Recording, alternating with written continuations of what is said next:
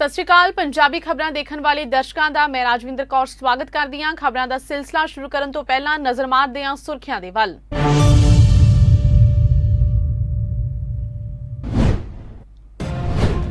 ਪ੍ਰਧਾਨ ਮੰਤਰੀ ਨਰਿੰਦਰ ਮੋਦੀ ਦੀ ਪ੍ਰਧਾਨਗੀ ਹੇਠ ਹੋਈ ਅਹਿਮ ਬੈਠਕ ਤੋਂ ਬਾਅਦ ਸੀਬੀਐਸਈ ਦੀ 12ਵੀਂ ਦੀ ਪ੍ਰੀਖਿਆ ਕੀਤੀ ਗਈ ਰੱਦ।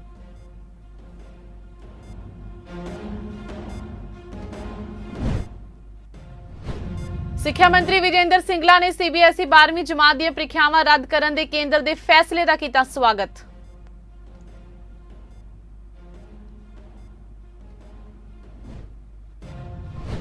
ਪੰਜਾਬ ਵਿੱਚ ਪਿਛਲੇ 24 ਘੰਟਿਆਂ ਦੌਰਾਨ ਕੋਰੋਨਾ ਕਾਰਨ 94 ਹੋਰ ਮੌਤਾਂ ਹੋਈਆਂ। 2184 ਨਵੇਂ ਕੇਸ ਆਏ ਸਾਹਮਣੇ।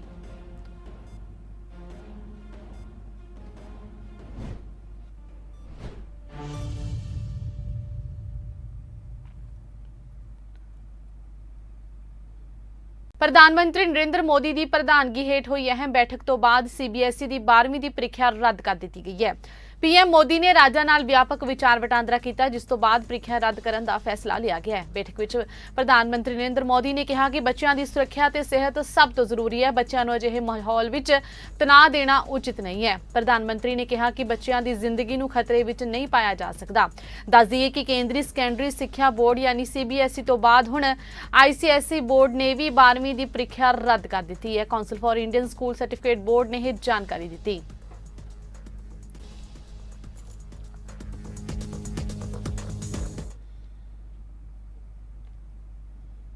ਪੰਜਾਬ ਦੇ ਸਿੱਖਿਆ ਮੰਤਰੀ ਵਿਜੇ ਇੰਦਰ ਸਿੰਗਲਾ ਨੇ ਸੀਬੀਐਸਈ 12ਵੀਂ ਜਮਾਤ ਦੀਆਂ ਪ੍ਰੀਖਿਆਵਾਂ ਰੱਦ ਕਰਨ ਦੇ ਕੇਂਦਰ ਦੇ ਫੈਸਲੇ ਦਾ ਸਵਾਗਤ ਕੀਤਾ। ਨਾਲ ਹੀ ਸਿੰਗਲਾ ਨੇ ਕੇਂਦਰ ਸਰਕਾਰ ਨੂੰ ਬੇਨਤੀ ਕੀਤੀ ਕਿ ਉਹ ਸੂਬੇ ਦੇ ਸਿੱਖਿਆ ਮੰਤਰੀਆਂ ਨਾਲ ਬੋਰਡ ਦੀਆਂ ਪ੍ਰੀਖਿਆਵਾਂ ਬਾਰੇ ਵਿਚਾਰ ਵਟਾਂਦਰੇ ਲਈ ਮੀਟਿੰਗ ਕਰਨ।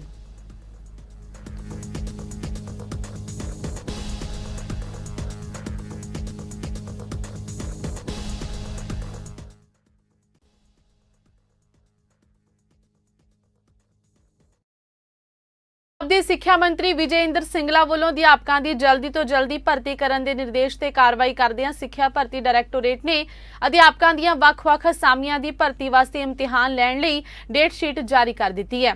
ਇਸ ਦੀ ਜਾਣਕਾਰੀ ਦਿੰਦੇ ਹੋਏ ਸਕੂਲ ਸਿੱਖਿਆ ਵਿਭਾਗ ਦੇ ਇੱਕ ਬੁਲਾਰੇ ਨੇ ਦੱਸਿਆ ਕਿ ਘਰ-ਘਰ ਰੋਜ਼ਗਾਰ ਯੋਜਨਾ ਦੇ ਹੇਠ ਸਕੂਲ ਸਿੱਖਿਆ ਵਿਭਾਗ ਵਿੱਚ ਮਾਸਟਰ ਕੈਡਰ ਦੀ ਭਰਤੀ ਵਾਸਤੇ 31 ਮਾਰਚ 2021 ਨੂੰ ਇਸ਼ਤਿਹਾਰ ਦਿੱਤਾ ਗਿਆ ਸੀ। ਇਸ ਦੇ ਅਨੁਸਾਰ ਸਾਇੰਸ ਦੀਆਂ 518, ਅੰਗਰੇਜ਼ੀ ਦੀਆਂ 380, ਮੈਥ ਦੀਆਂ 395 ਅਸਾਮੀਆਂ ਭਰੀਆਂ ਜਾਣਗੀਆਂ।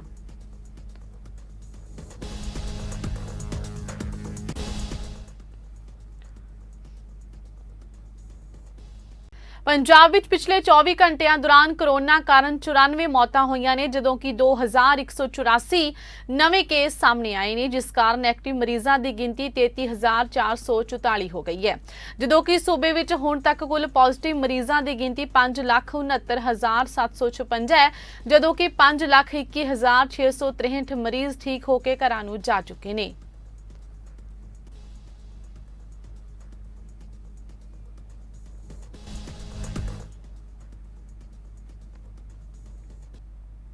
ਪੰਜਾਬ ਸਰਕਾਰ ਨੇ ਮਿਕੋਰਾ ਮਾਈਕੋਸਿਸ ਦੇ ਇਲਾਜ ਅਤੇ ਪਛਾਣ ਸੰਬੰਧੀ ਦਿਸ਼ਾ ਨਿਰਦੇਸ਼ ਜਾਰੀ ਕੀਤੇ ਨੇ। ਇਸ ਸੰਬੰਧੀ ਜਾਣਕਾਰੀ ਦਿੰਦਿਆਂ ਸਿਹਤ ਮੰਤਰੀ ਬਲਵੀਰ ਸਿੰਘ ਸਿੱਧੂ ਨੇ ਦੱਸਿਆ ਕਿ ਸੂਬਾ ਸਰਕਾਰ ਪਹਿਲਾਂ ਹੀ ਮਿਕੋਰਾ ਮਾਈਕੋਸਿਸ, ਜੋ ਕਿ ਬਲੈਕ ਫੰਗਸ ਦੇ ਨਾਂ ਨਾਲ ਮਸ਼ਹੂਰ ਹੈ, ਨੂੰ ਇੱਕ ਨੋਟੀਫਾਈਡ ਬਿਮਾਰੀ ਐਲਾਨਿਆ ਜਾ ਚੁੱਕਿਆ ਹੈ। ਉਹਨਾਂ ਕਿਹਾ ਕਿ ਬਲੈਕ ਫੰਗਸ ਇੱਕ ਗੰਭੀਰ ਫੰਗਲ ਇਨਫੈਕਸ਼ਨ ਹੈ ਜੋ ਨੱਕ, ਸਾਇਨਸ, ਅੱਖਾਂ ਅਤੇ ਕੁਝ ਮਾਮਲਿਆਂ ਵਿੱਚ ਵਿਅਕਤੀ ਦੇ ਦਿਮਾਗ ਨੂੰ ਬੁਰੀ ਤਰ੍ਹਾਂ ਪ੍ਰਭਾਵਿਤ ਕਰ ਸਕਦਾ ਹੈ। ਪੰਜਾਬ ਸਰਕਾਰ ਨੇ ਇਸ ਬਿਮਾਰੀ ਤੋਂ ਨਿਜਾਤ ਪਾਉਣ ਦੇ ਲਈ ਪ੍ਰਬੰਧਨ ਲਈ ਸਮੂਹ ਮਾਹਿਰਾਂ ਦੀ ਸਲਾਹ ਦੀ ਸਿਫਾਰਿਸ਼ ਵੀ ਕੀਤੀ ਹੈ।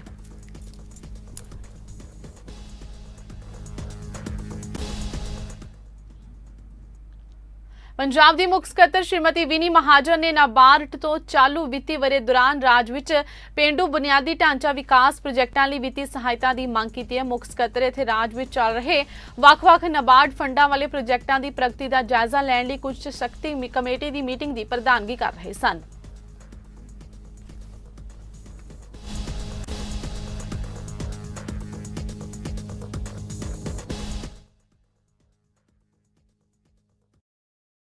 गुजरात, राजस्थान, छत्तीसगढ़, हरियाणा ते पंजाब के 13 ਜ਼ਿਲ੍ਹਿਆਂ ਵਿੱਚ रह रहे अफगानिस्तान, ਬੰਗਲਾਦੇਸ਼ ਤੇ ਪਾਕਿਸਤਾਨ ਦੇ गैर मुस्लिम शरणार्थियों तो भारतीय नागरिकता ਲਈ अर्जियां ਮੰਗੀਆਂ ਗਈਆਂ ਨੇ। ਇਸ ਸੰਬੰਧੀ ਕੇਂਦਰ ਦੀ ਨੋਟੀਫਿਕੇਸ਼ਨ ਨੂੰ ਚੁਣੌਤੀ ਦੇਣ ਲਈ ਇੰਡੀਅਨ ਯੂਨੀਅਨ ਮੁਸਲਿਮ ਲੀਗ ਨੇ ਸੁਪਰੀਮ ਕੋਰਟ ਦਾ ਰੁਖ ਕੀਤਾ ਹੈ। ਅੰਤਰਿਮ ਅਰਜ਼ੀ ਵਿੱਚ ਦਲੀਲ ਦਿੱਤੀ ਗਈ ਹੈ ਕਿ ਕੇਂਦਰ ਇਸ ਸੰਬੰਧ ਵਿੱਚ ਕੋਰਟ ਨੂੰ ਦਿੱਤੇ ਗਏ ਉਸ ਭਰੋਸੇ ਤੋਂ ਉਲਟ ਕਦਮ ਚੁੱਕ ਰਿਹਾ ਹੈ ਜੋ ਉਸਨੇ ਨਾਗਰਿਕਤਾ ਸੋਧ ਐਕਟ 2019 ਦੀਆਂ ਵਿਵਸਥਾਵਾਂ ਦੀ ਸੰਵਿਧਾਨਿਕ ਯੋਗਤਾ ਨੂੰ ਚੁਣੌਤੀ ਦੇਣ ਲਈ IUML ਵੱਲੋਂ दायर पेंडिंग पटीशन के संबंध में दिता सी।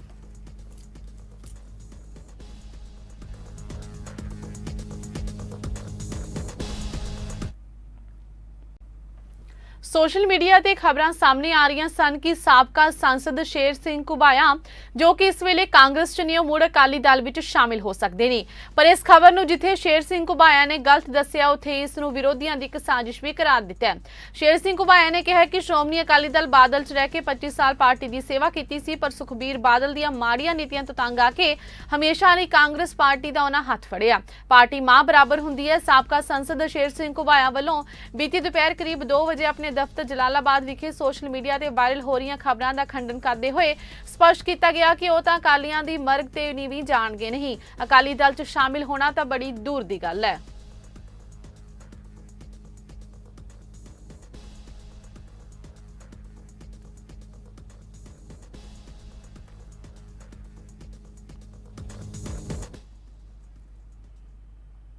PSPCL ने बिजली के खपतकारां नूं वड्डी राहत दी है। बिजली खपतकार हुण घर बैठे ही net banking, debit card, credit card, RuPay card, mobile wallet, UPI, RTGS, NEFT राही बिजली बिलों का भुगतान कर सकते हैं। जिहा करन नाल तुसीं बिलों का डिजिटल भुगतान कर सकते हो, कतारां विच खड़े होकर बिल देण वाले सिस्टम तो छुटकारा पा सकते हो।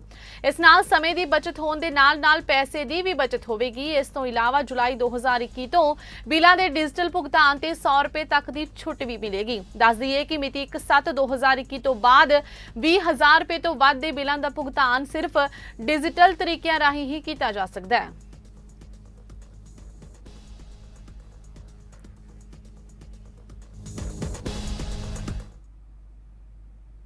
खडूर साहिब तो लोक सभा मैंबर जसबीर सिंह गिल डिंपा दे माता सतविंदर कौर गिल दा पिछले दिनी 27 मई नूं देहांत हो गया सी, जिसदा लोक सभा मैंबर डिंपा ते परिवार नूं गहरा सदमा लग्या।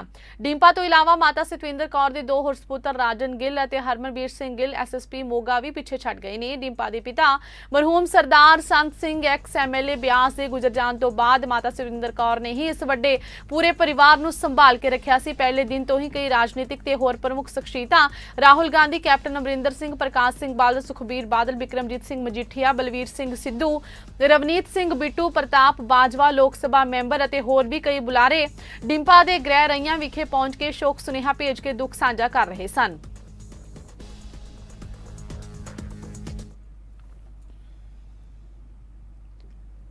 श्रोमणी गुरुद्वारा प्रबंधक कमेटी की प्रधान बीबी जगीर कौर ने श्री अकाल तख्त साहिब के मुख ग्रंथी ज्ञानी गुरमुख सिंह नाल श्री अकाल तख्त साहिब विखे तकरीबन 1.5 घंटा मीटिंग की।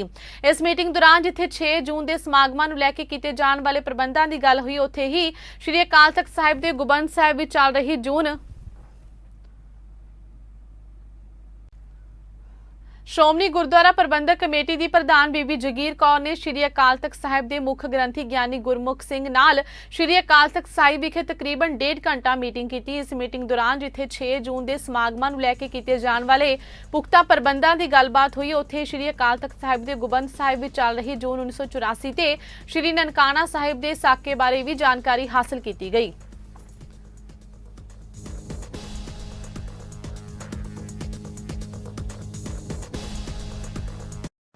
श्रोमणी गुरुद्वारा प्रबंधक कमेटी श्री अकाल तख्त साहिब विखे शहीदां नूं शरधा दे फुੱਲ भेंट करन वास्ते अमृत वेले समागम करते। पहला श्री अखंड पाठ साहिब दे भोग पैंदे है, कीर्तन हुंदा है, फिर सिंह साहब मानयोग श्री अकाल तख्त साहिब दे जथेदार ज्ञानी हरप्रीत सिंह जी संदेश देणगे कौम दे नां ते। उस तो बाद अरदास होकर समाप्ति। सारियां संगतां नूं मेरी बेनती है कि तुसी उन्हां महान योद्धियां नूं, महान महापुरखां नूं शरधा दे फुੱਲ भेंट करन वास्ते पहुँच रहे हो। कृपा करके सत्कार, शरधा, प्यार ते गुरु साहब जी की मर्यादा नूं मुख रखदिआं, गुरु साहब जी के अदब नूं मुख रखदिआं सारे बड़े शांतमई ढंग दे नाल गुरु पातशाह चरणों 'च जुड़िए ਗੁਰਬਾਣੀ ਸੁਣੀਏ ਤੇ ਆਪਣੇ ਮਹਾਨ ਸ਼ਹੀਦਾਂ ਨੂੰ ਸ਼ਰਧਾ ਦੇ ਫੁੱਲ ਭੇਂਟ ਕਰੀਏ।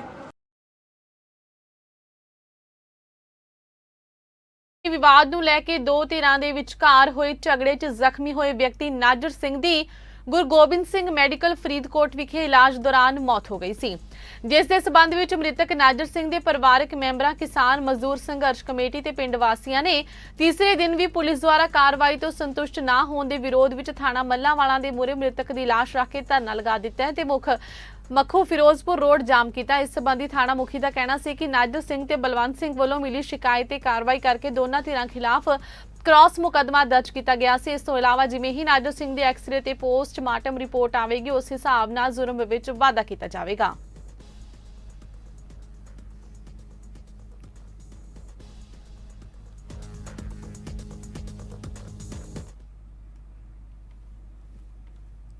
ਅੰਮ੍ਰਿਤਸਰ ਦੇ ਬਟਾਲਾ ਰੋਡ ਸਥਿਤ ਬਾਂਕੇ ਬਿਹਾਰੀ ਗਲੀ 'ਚ ਇੱਕ ਦੁਕਾਨ 'ਚ ਦਾਖਲ ਹੋ ਕੇ ਕੁਝ ਨੌਜਵਾਨਾਂ ਨੇ ਦੁਕਾਨਦਾਰ ਤੇ ਤੇਜ਼ਧਾਰ ਹਥਿਆਰਾਂ ਨਾਲ ਹਮਲਾ ਕਰ ਦਿੱਤਾ। ਹਮਲੇ ਦੀ ਘਟਨਾ ਸੀਸੀਟੀਵੀ ਵਿੱਚ ਕੈਦ ਹੋ ਗਈ। ਪੁਲਿਸ ਨੇ ਫੁਟੇਜ ਨੂੰ ਕਬਜ਼ੇ ਵਿੱਚ ਲੈ ਕੇ ਅਣਪਛਾਤੇ ਨੌਜਵਾਨਾਂ ਖਿਲਾਫ ਕੇਸ ਦਰਜ ਕਰਕੇ ਜਾਂਚ ਸ਼ੁਰੂ ਕਰ ਦਿੱਤੀ ਹੈ। ਹਮਲਾਵਰ ਅਜੇ ਵੀ ਫਰਾਰ ਨੇ।